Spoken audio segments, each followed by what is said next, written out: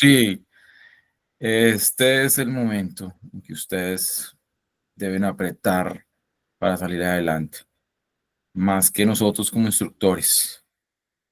Deben ponerle la ficha, porque ya este es el último empuje, hablo desde la formación como tal, para que inicien su etapa productiva.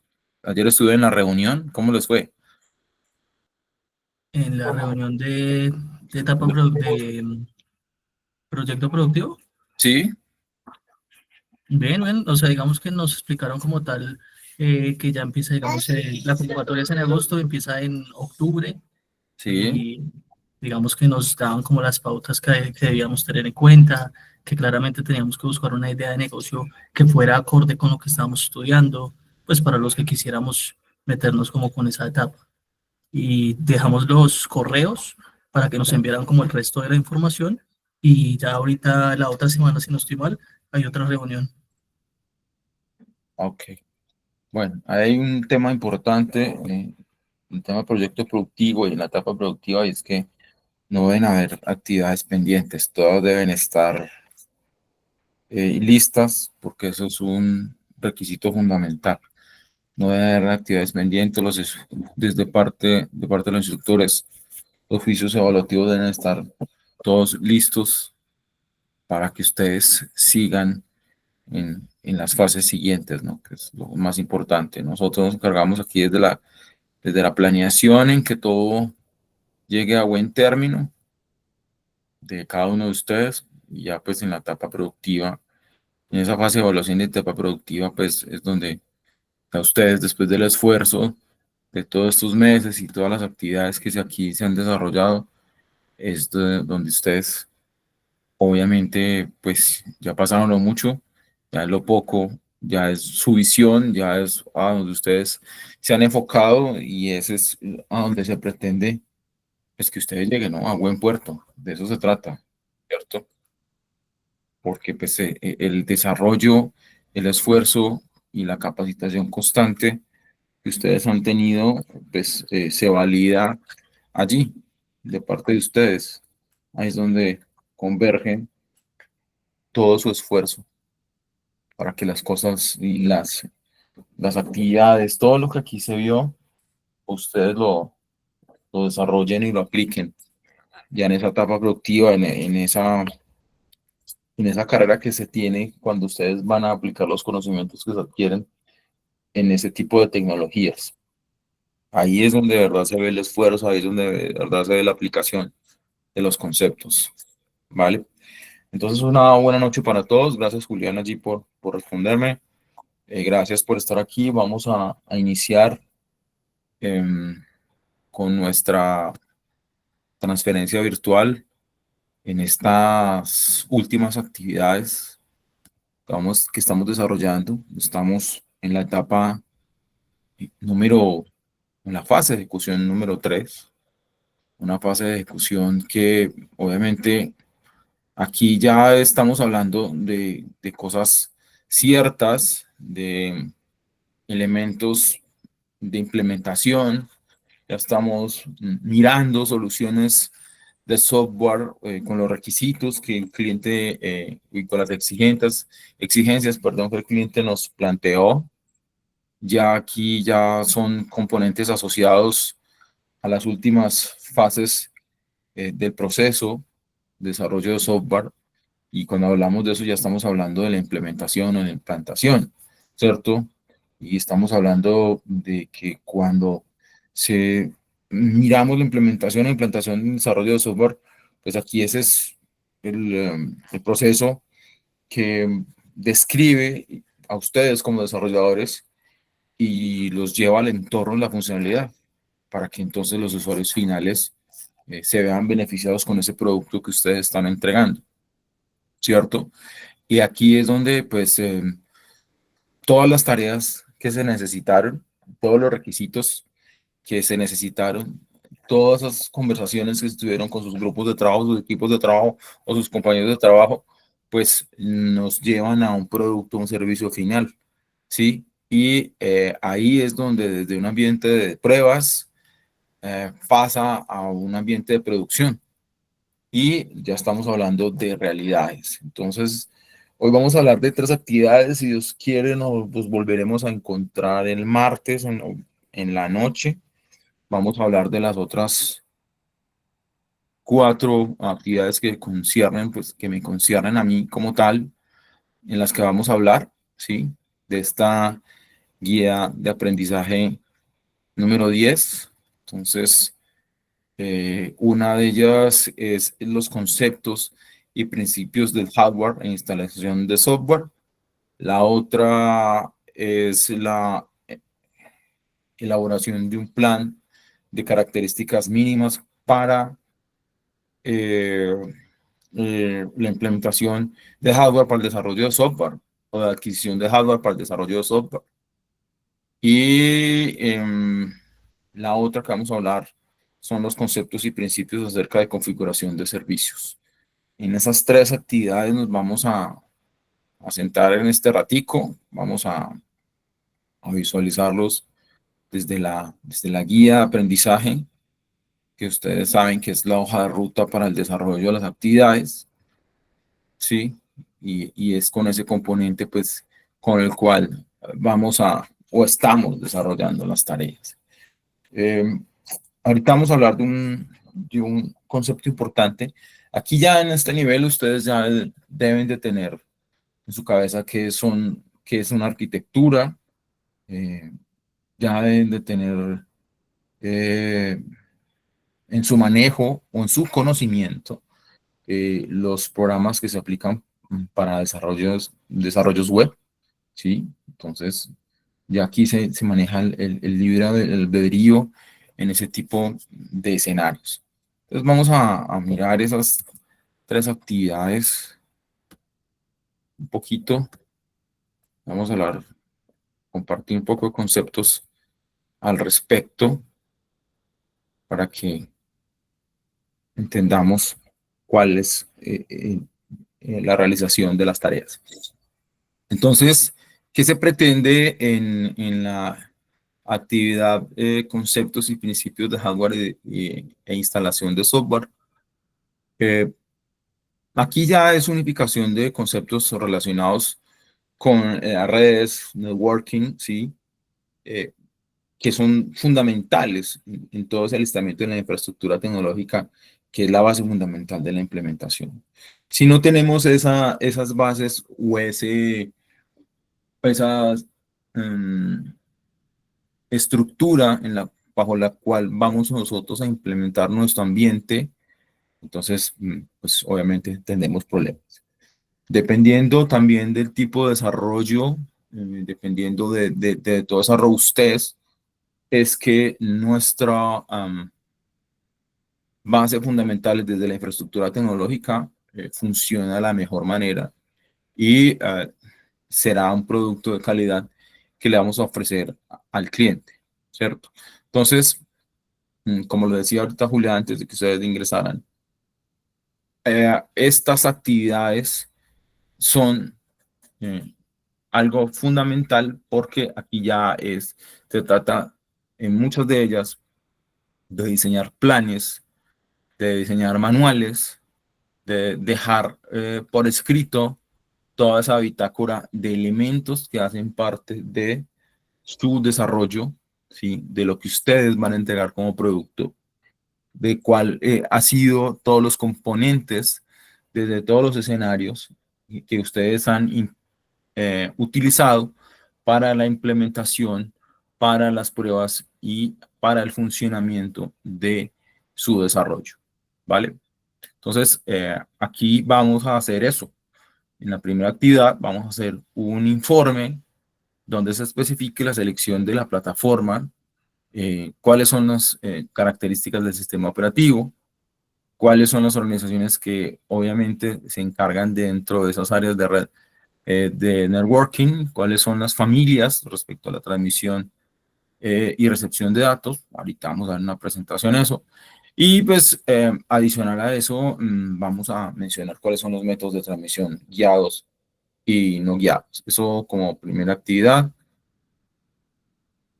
Como segunda actividad de esas 3 que les mencionaba, vamos a elaborar un plan de validación de características mínimas del hardware para ese software con base a los sistemas operativos y el licenciamiento bajo los componentes que ustedes visualizaron en la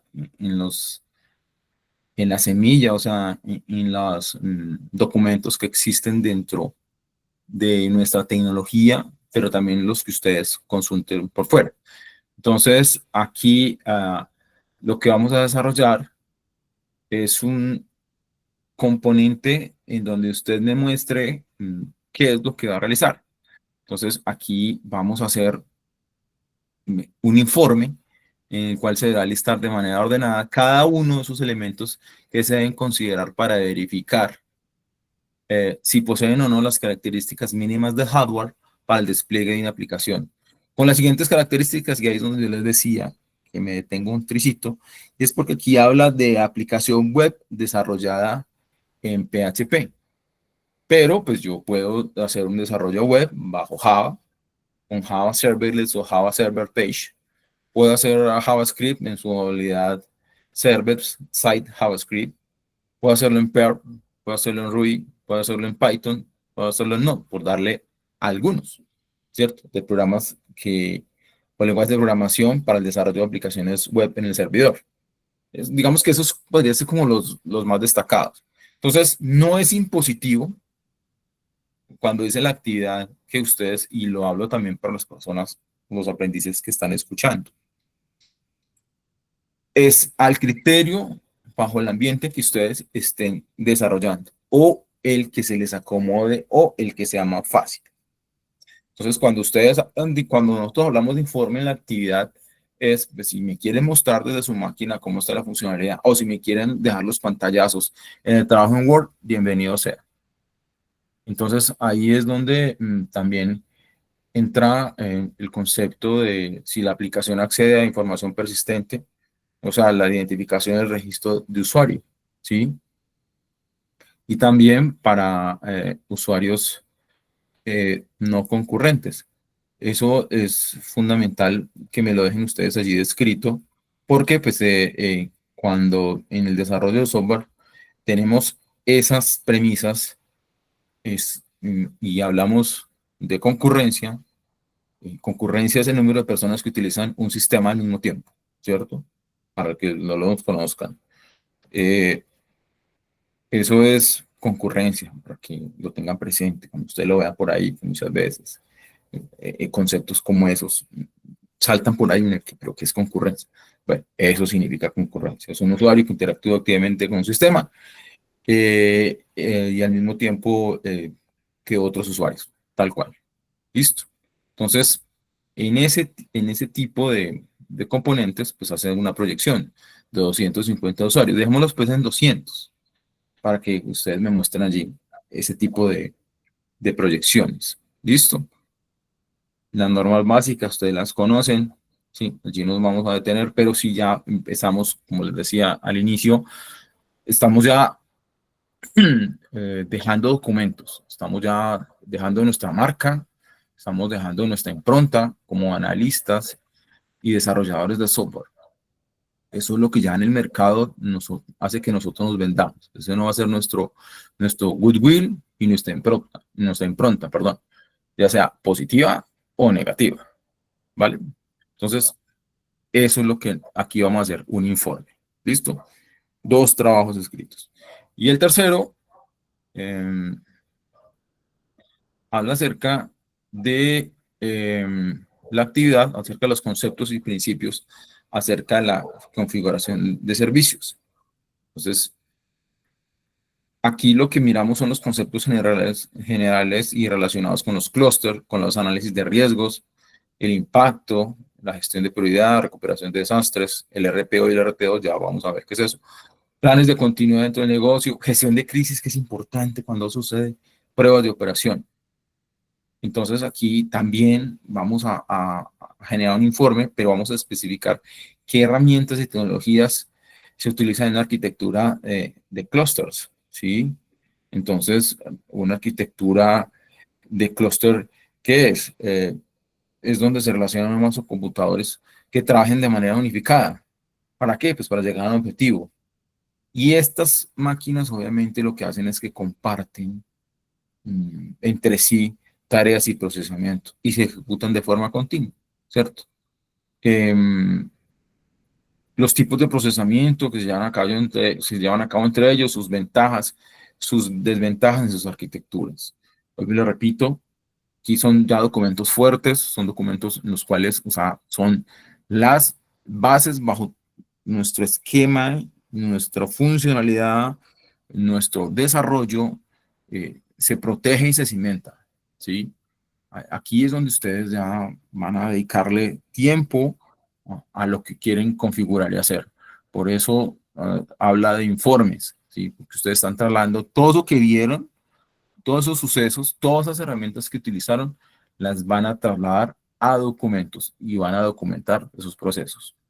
Sirve para que en el propósito de que todo salga bien, pero si algo sucede, ustedes se puedan devolver y analizar en eso que ustedes documentaron un fallo. De eso se trata. Por eso habla de conceptos y principios de la configuración de servicios. O sea, de ahí es donde arranca todo. ¿Vale? Entonces, esas son nuestras 3 actividades que vamos a desarrollar para que lo tengan presente. ¿Listo? Entonces, ya vamos aquí a mirar dentro de la guía, dentro de las presentaciones, esos conceptos y vamos a ir encadenando las 3 actividades. Entonces, vamos a hablar de los conceptos y principios, vamos a hablar de la validación de las características, vamos a hablar de los conceptos clave y vamos a dar una presentación acerca de los clústeres para que lo tengan presente. Entonces, ya saben que me gusta hacer, digamos que didáctico y corto, pero que entiendan qué es, para qué sirve y esos conceptos que a veces muestran las guías que nosotros también pues, los conozcamos, porque hay elementos que la guía los deja, pero parte del hecho que uno los conoce, o a veces eso no pasa. ¿Listo? Entonces, vamos aquí a mirar lo que les decía.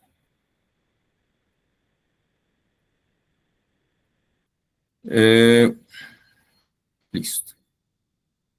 Entonces, vamos aquí. Conceptos básicos que ustedes deben tener en cuenta. Definición de un software. El software es este que dentro de sí abarca sistemas operativos. Por ejemplo, Windows 11. Hasta aplicaciones específicas y utilitarios que permiten que la funcionalidad de un equipo.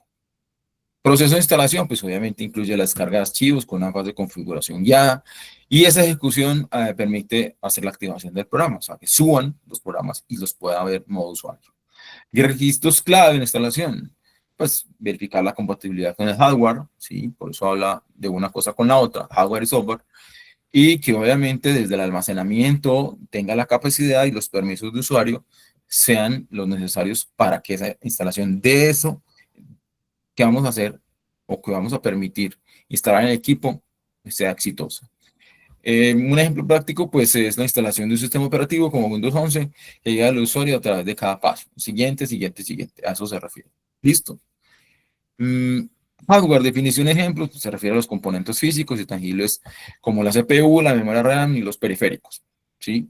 Dentro de una red de hardware esencial incluye las tarjetas de interfaz, los discos duros y los cables que son los que generan la interconexión.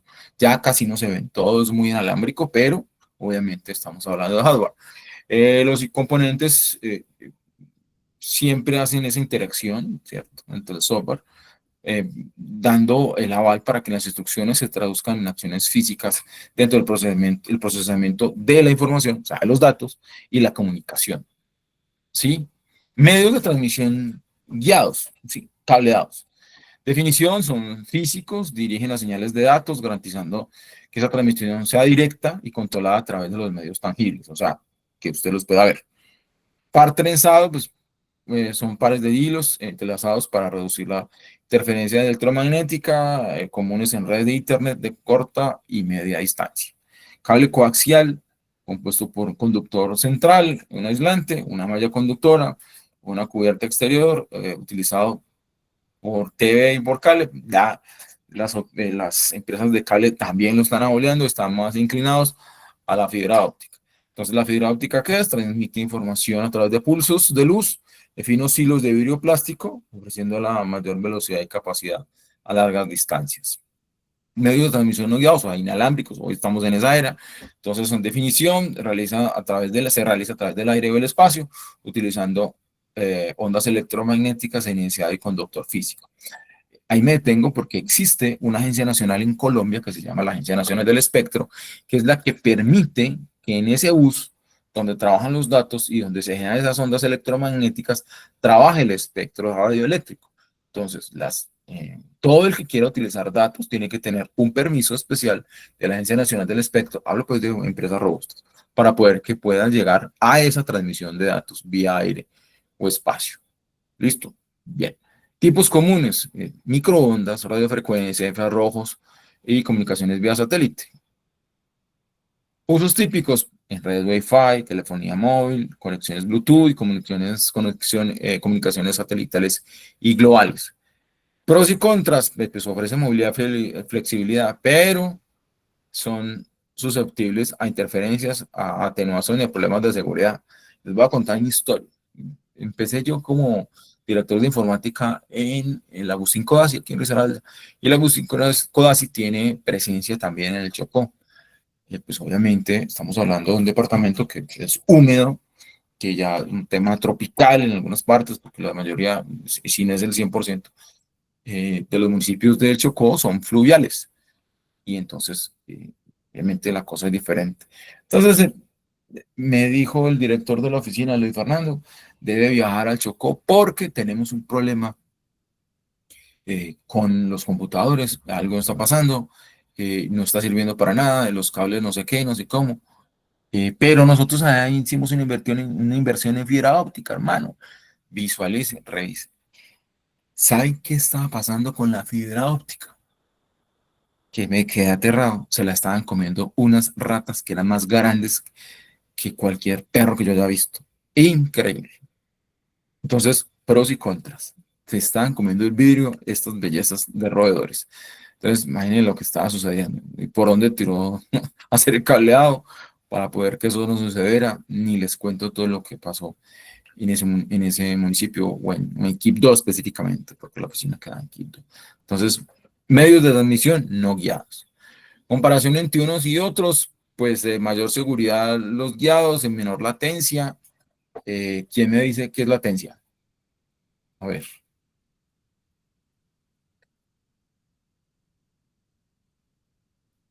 Dígame, sin miedo, no se preocupen. Un retraso, un retraso en la respuesta que se tiene o algo así, como en, Exacto. La latencia es el retraso que transcurre entre una acción y otra y la respuesta que se obtiene. ¿Sí? O sea, es lo que tardan los datos en viajar desde el origen hasta el destino. Eso es latencia. ¿Listo? Entonces, los medios no guiados pues tienen mayor cobertura y flexibilidad. Medios guiados, pues la velocidad y estabilidad. Para los volúmenes de datos, los medios guiados son mejores. Los no guiados, la movilidad para dispositivos y conexiones a distancia. En los medios guiados, aplicaciones, cableado estructurado en oficinas y centros de datos. En los medios no guiados, pues las aplicaciones en redes móviles 4 y 5G, es bacanísimo el tema cuando estamos hablando del tema inalámbrico. Y ahora que estamos en 5G, ni le digo. Aquí en Pereira, pues vos puedes tener 5G en el centro de Pereira, pero bajas 20 cuadras y ya no somos 5G, ya estamos en 4G. Entonces, miren pues ahí el tema. Medios guiados, fibra óptica, infraestructura de telecomunicaciones, en los no guiados, la conectividad de Wi-Fi, en hogares y espacios públicos. Ahí funciona. Entonces, la elección entre uno y otro, ahí sí, eso depende de la necesidad del usuario. Eso cada uno como lo quiera establecer.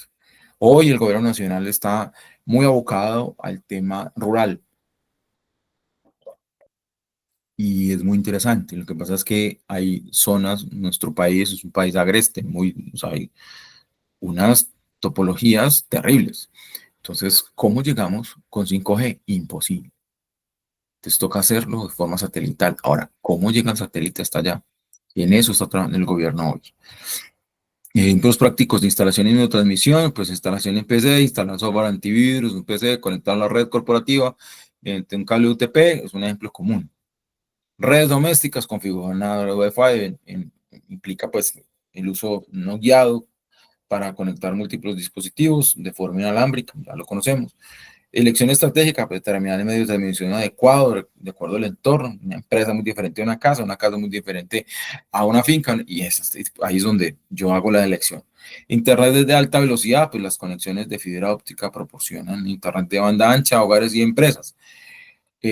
Pero mmm, existen departamentos que tienen internet de alta velocidad y existen departamentos que tienen el canal de fibra óptica. Risaralda es uno, que sus 14 municipios tiene Risaralda, tiene su velocidad de internet está transmitida por fibra óptica, o sea, una velocidad diferente, obviamente mejor.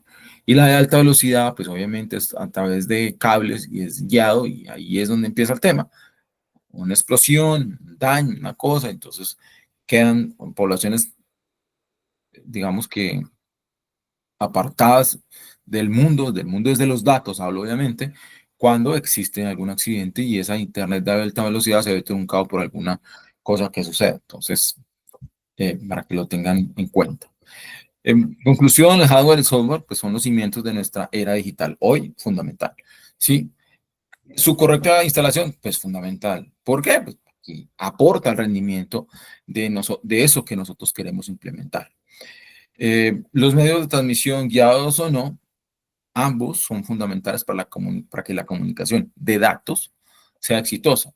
Y obviamente, dependiendo de la solución, sí, pues se mejora la eficiencia y la seguridad de las redes. Eso es al consumidor. Ya es en ese tipo de mundos al que ustedes se verán enfrentados o no en su momento, ¿vale? Entonces, esta primera parte hace de nuestro criterio en cuanto a nuestra primera actividad. Ahora, vamos a ver esa validación. Entonces, aquí, vamos a subirlo aquí, que esto es más interesante.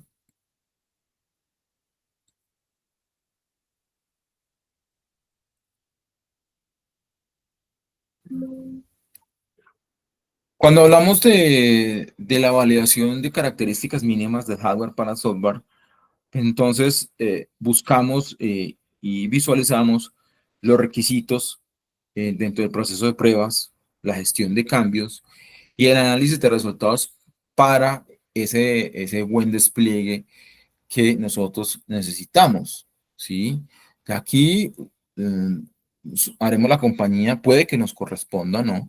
Pero daremos nuestro punto de vista en esas validaciones o requisitos que necesitan para el hardware y el software, ¿sí?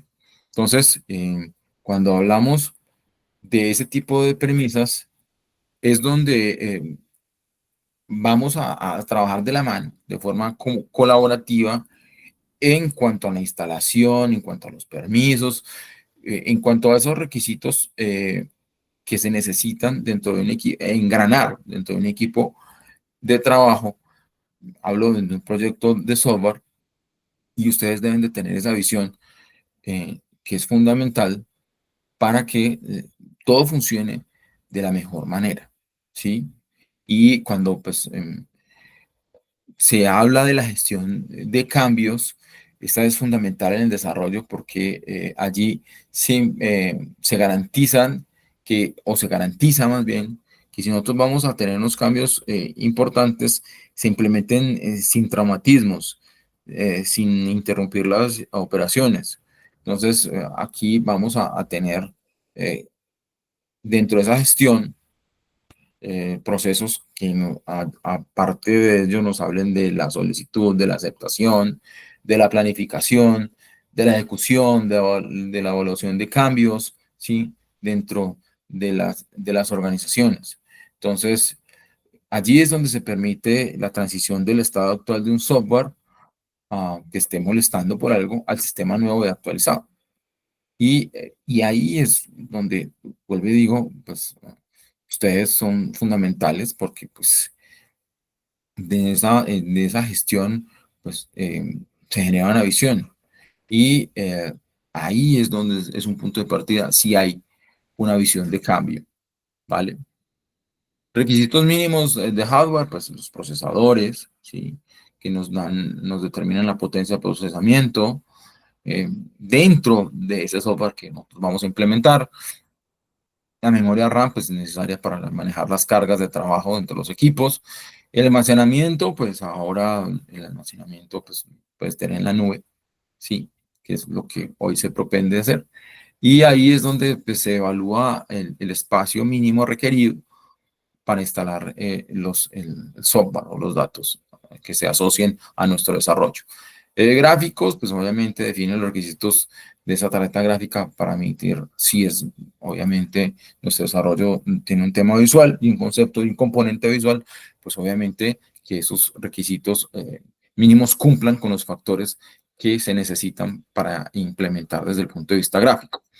El proceso de validación dentro de este escenario, pues, le apunta a valorar los requisitos de hardware, o sea, el análisis, y a validar que se cumplan con esas necesidades del software.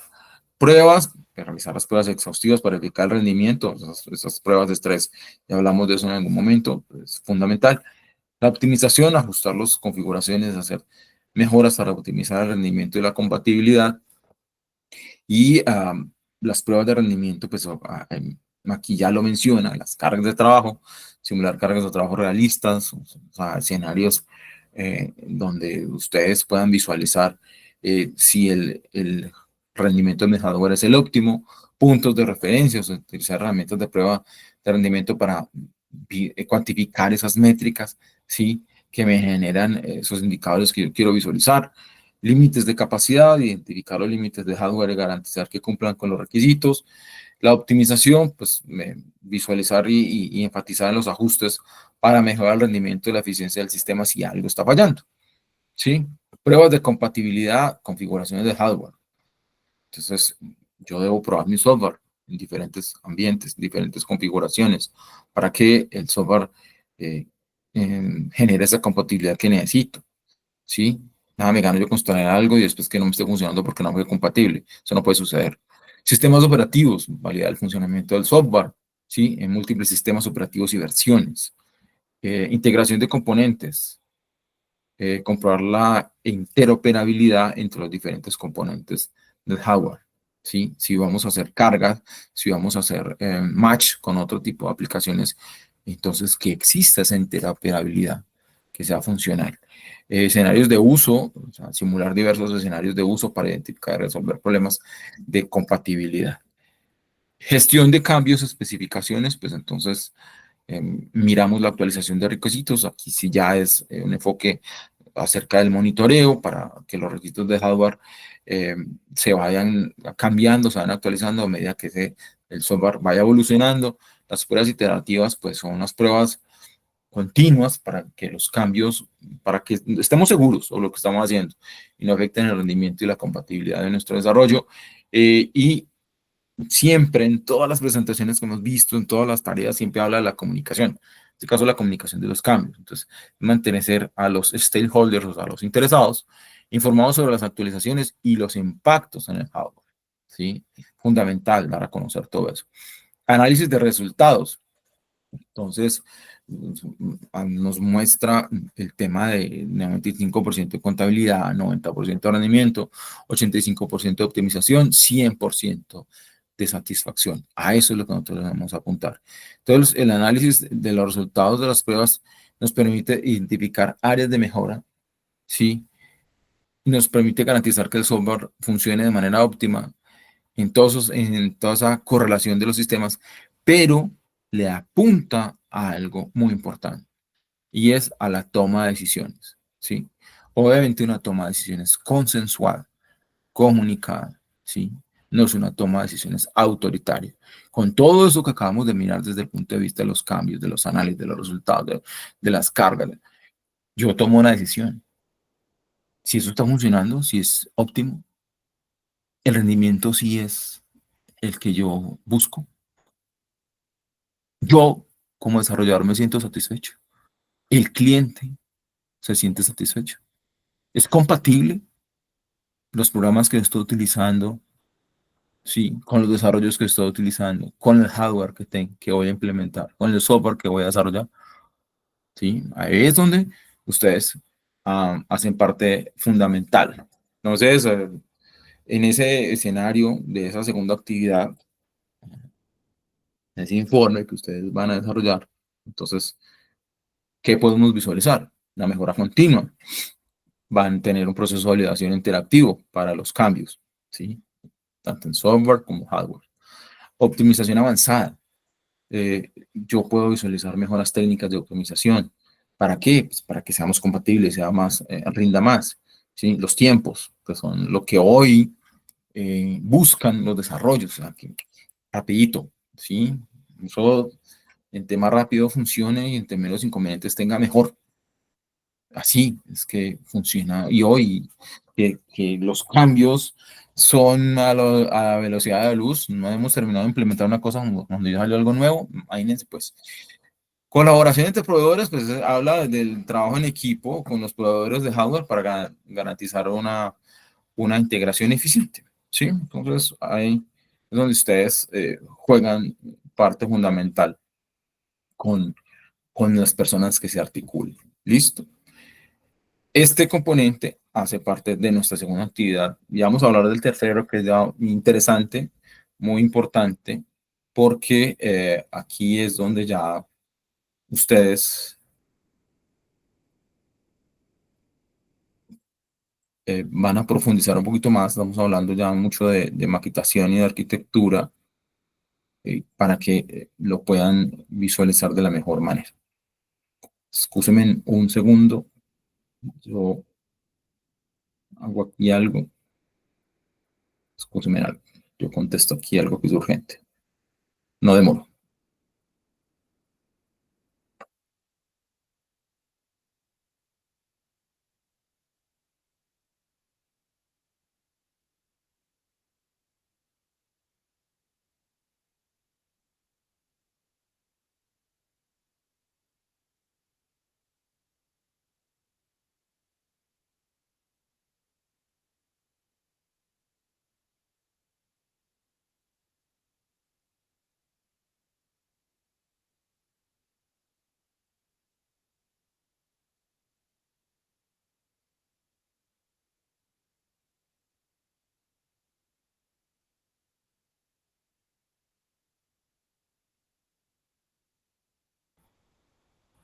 Bueno, gracias allí por la espera. Entonces, en esos conceptos clave en la configuración de servicios, pues debemos tener en cuenta su definición, que es un conglomerado de componentes que agrupados generan parámetros que garantizan el funcionamiento más que óptimo, porque dice óptimo, pero yo quisiera ir un poco más allá en un servicio TI, o sea, una, una implementación que ustedes están desarrollando. Los componentes, pues están las redes, el hardware, el software y el comportamiento y el rendimiento van de la mano. Un ejemplo práctico es la configuración de servidor web en clúster para una alta disponibilidad, minimizando interrupciones. Y ahorita vamos a profundizar un poquito los clústeres. Definición de clúster, pues un grupo de servidores que colaboran para ofrecer alta disponibilidad y rendimiento. Tipos de clúster, ¿sí? Existen el activo, todos procesan, el activo pasivo, el activo activo, perdón, todos procesan, el activo pasivo, que es uno en espera. Beneficios claves de esos elementos clúster proporcionan tolerancia a fallos, escalabilidad y algo muy importante que es la escalabilidad y el balanceo de carga eficiente. Cuando ustedes logran dentro de esos ejercicios tener una estabilidad y generar una balanza que en nuestro desarrollo, en la implementación, en la aplicación y en los tiempos de respuesta, todos están engranados de la mejor manera, se vuelve eficiente, ¿cierto? Y ahí es donde ustedes deben de tener muy, muy presente eso. Cuando hablamos y en la guía de aprendizaje, habla de que ustedes mencionaran estos conceptos. Pues ahora hay uno que es el análisis de riesgo. Y este análisis de riesgo es necesario y esencial para evaluar las amenazas que nos pueden hacer interrupciones y nos pueden afectar nuestros servicios. Nos pueden, obviamente, atacar por las componentes más vulnerables dentro de los sistemas. Y allí, pues, lo que yo hago es cuantificar el impacto, ¿sí? Y aquí es donde miro desde un punto de vista, y eso ustedes si están ya en este proceso, pero si pasarán el tiempo, pasarán los meses, empiezan a generar esa destreza, ¿sí? Cuando ustedes visualicen que algo en el futuro me va a generar inconvenientes y entonces me va a generar unos puntos críticos, los cuales yo debo estar muy, muy pendiente. Allí pues se visualizan y se utilizan matrices de riesgo, que lo que me hace es que me mide la probabilidad del impacto y se realizan evaluaciones cualitativas y cuantitativas para tener una mejor comprensión de los datos de qué es el riesgo al cual nosotros nos vamos a enfrentar. El análisis del impacto al negocio pues identifica eh, elementos que nos van de alguna manera, a dar una pauta en cuanto a las consecuencias en los procesos críticos y servicios. Esto más sucede en las empresas, pero es muy bueno que ustedes también investiguen y hablen y relacionen un poco de ello. Funciones y dependencias, pues obviamente dentro de esos elementos fundamentales dentro del negocio y sus interdependencias tecnológicas, lo que hace es que mira desde el punto de vista de ese engranaje que existe entre cada uno, visualiza cuál es el impacto que tiene allí el negocio, ¿cierto? Y esa interrelación que existe cuando los desarrollos son modulares, que me está impactando de forma negativa mis funciones dentro de las dependencias, ¿cierto? Por eso habla de las interdependencias. Base para estrategias, pues el análisis de impacto de negocio es fundamental para definir prioridades de recuperación y estrategias de continuidad, ¿cierto? Que ahí es donde uno se la debe jugar en ese sentido si está mirando el análisis de impacto.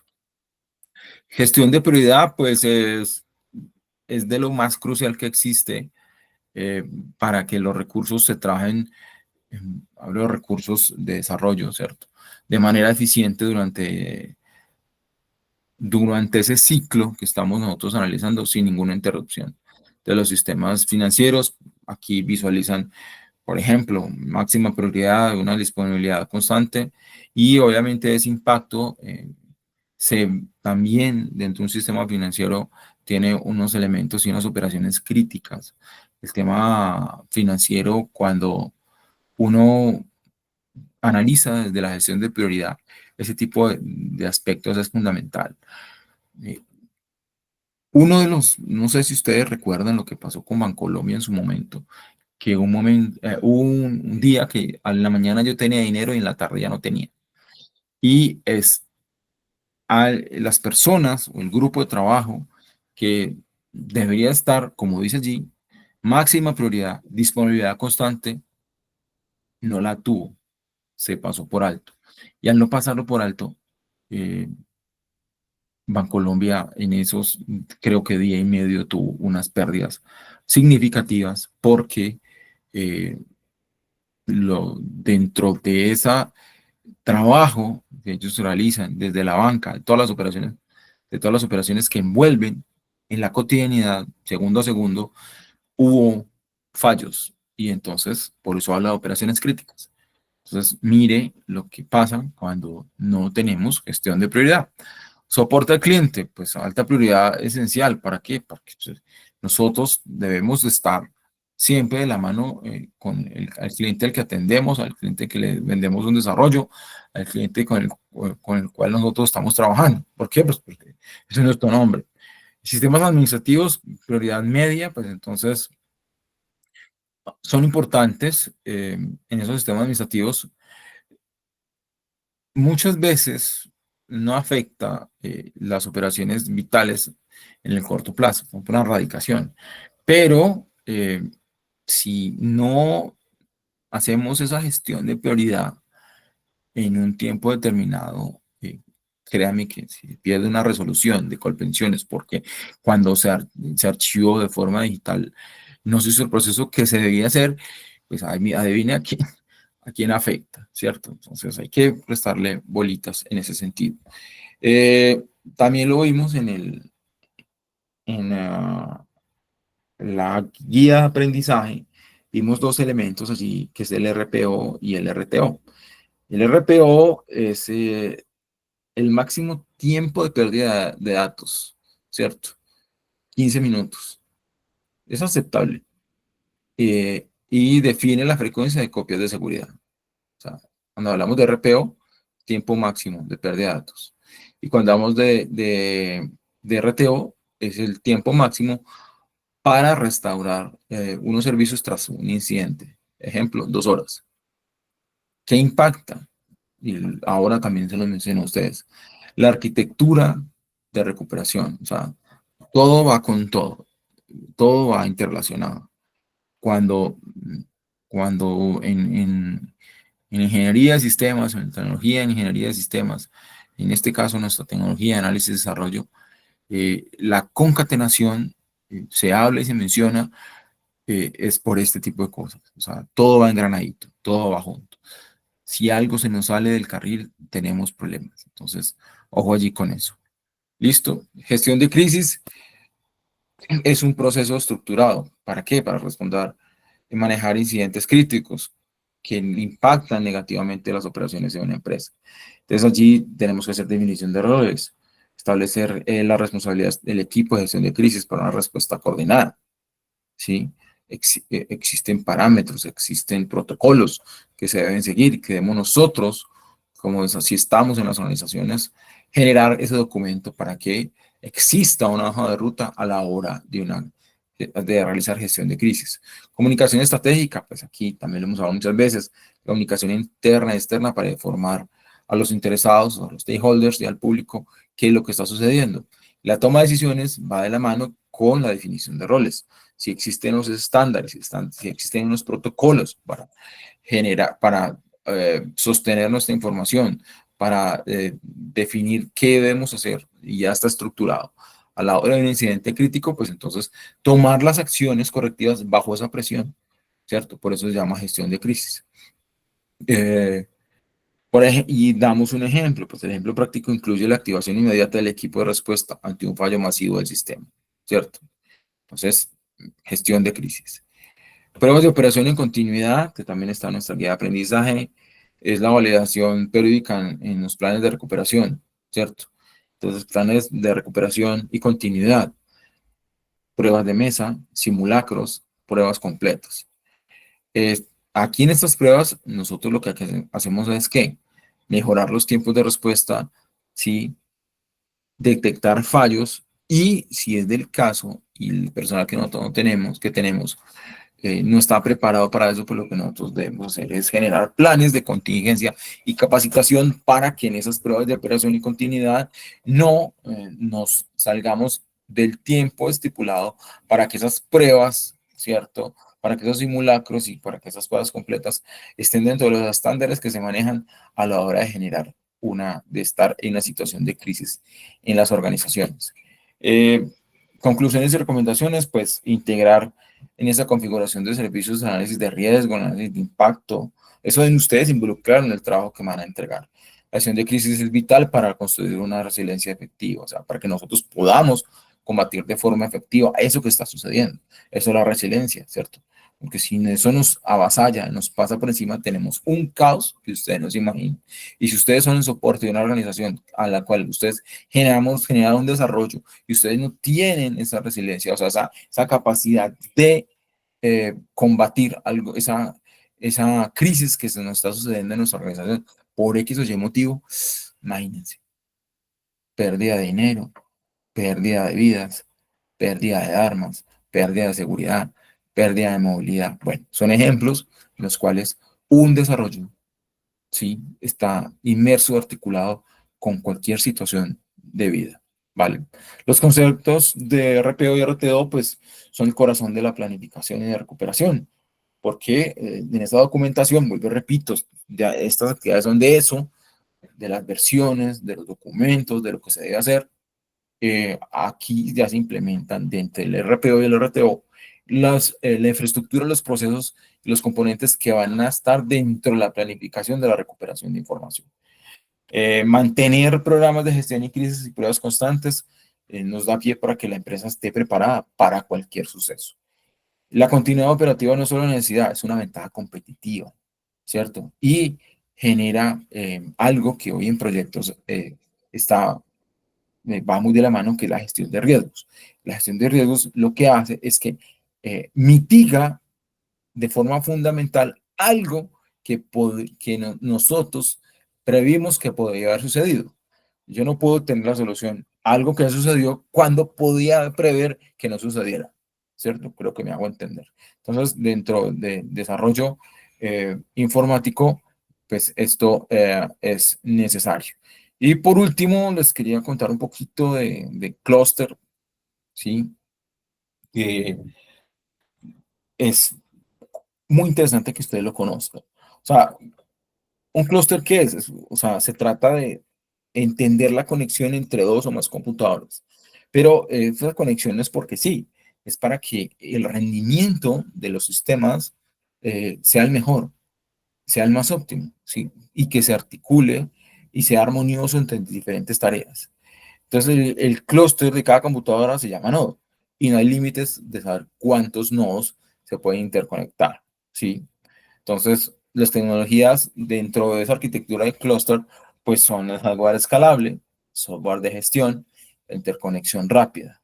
La primera, pues habla de servidores y almacenamiento, redes de alta capacidad. La segunda habla de herramientas avanzadas, de monitoreo, imagínense, monitoreo, automatización. Lo que hacen es que nos simplifican los procesos dentro de los clústeres que sean más complejos. La interconexión rápida, o sea, conexiones de red de alta velocidad que aseguran una comunicación fluida entre esos nodos. Tipos de clúster de computación, clúster de almacenamiento, clústeres de balanceo de carga. Aquí de carga estamos hablando de que el tráfico y esa carga de trabajo entre múltiples servidores nos genera un mayor rendimiento y fiabilidad cuando tenemos un clúster de balanceo de carga. El almacenamiento, pues ya sabemos que es la disponibilidad que se tienen al Big Data, ¿sí?, a los grandes datos. Y pues los de computación, pues están diseñados para procesar grandes cargas de trabajo en ese tipo de análisis de datos y simulaciones, por ejemplo, científicas. Ventajas de la arquitectura de clúster: la escalabilidad, la alta disponibilidad. Mire que aquí ya hablamos otra vez de redundancia. La redundancia inherente entre los clústeres garantiza servicio incluso cuando existen fallos, ¿cierto? Los clústeres de escalabilidad permiten agregar o eliminar nodos fácilmente para adaptarse a necesidades cambiantes. Ahora todo debe ser adaptado al cambio. Si no, tendremos problemas. Mayor rendimiento, la computación almacenada paralelos hace o genera componentes que tengan un impacto significativo, ¿cierto?, dentro de ese rendimiento. Retos dentro de esa implementación, consideraciones, pues es la complejidad de gestión. La administración de un clúster a gran escala es un desafío, pero es importante. Redundancia y tolerancia a fallos. Asegurar la continuidad del servicio en modo fallos o de hardware y software es necesario. Hoy es fundamental por tanta robustez en datos que se almacenan y se generan. Optimización de recursos. balancea, ahorita lo miramos, lo habíamos visto, es ese balanceo eficaz. La carga de trabajo entre los nodos del clúster es fundamental para que la eficiencia de nuestro desarrollo le apunte a que le genere garantías a nuestro cliente. Los componentes clave pues, del clúster, perdón, nodos, interconexión, software de conexión. Casos de uso de clúster, supercomputación, almacenamiento empresarial, ya habíamos hablado acerca del balanceo de carga. Y no estoy mal, esta es la última presentación. Mire cómo estamos hoy. Futuro de las tecnologías de clúster. Computación en la nube. Los clústeres se integrarán aún más con las plataformas de computación en la nube. Vaya estamos ya. Inteligencia artificial, pues la IA está en todas partes. Y aquí es donde hablamos del aprendizaje automático con base en la inteligencia artificial. Virtualización, en estas estamos. Los recursos desde los clústeres mejora la eficiencia y la flexibilidad en la virtualización. Y el Edge Computing, o sea, los clústeres de borde procesarán datos más cerca de donde se genere. Entonces, imagínense ustedes que en ese conglomerado lo que estamos viendo, cómo son de fundamentales los clústeres, porque ya no estamos hablando de qué va a pasar a futuro, sino que ya está sucediendo. Entonces, mis queridos aprendices, ese tipo de cositas son las que ustedes deben de tener en cuenta cuando van a generar informes.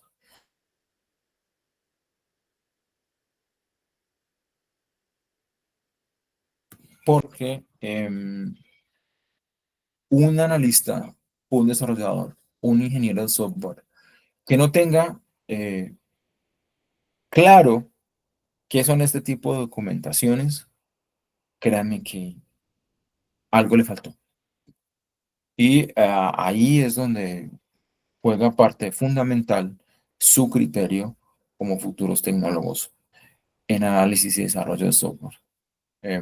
Presten mucha atención a esa documentación cuando ustedes estén en la vida práctica, cuando ustedes estén en grupos de trabajo, para los que son ingenieros o los van a hacer o quieren terminar su tecnología y quieren ser ingenieros, o sea, eso es fundamental porque el usuario, el cliente le va a pedir. ¿Y eso dónde está? No solo tengo yo, solo sé yo. No, venga, pero manual. Y las otras 4 actividades hablan de eso, solo manuales. ¿Listo, chicos? Entonces, pues si tienen alguna pregunta, duda, inquietud, si no, hasta aquí dejamos estas 3 actividades.